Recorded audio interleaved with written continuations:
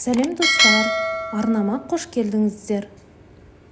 Бүгін біз творожный венский вафли дайындайтын боламыз. Ол үшін бізге 250 грамм ірімшік қажет болады. Ірімшікті мен алдын ала блендермен езіп дайындап алдым.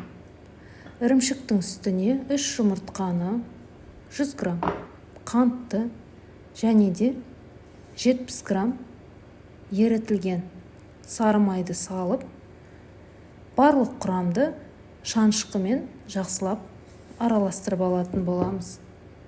Одан соң үстіне 130 грамм ұнымызды, 1 шай қасық қамыр қопсытқышты қосып, барлық құрамды тағы да араластырып аламыз. Қамыр қатты, сұйық та, қатты қоюда болмайды.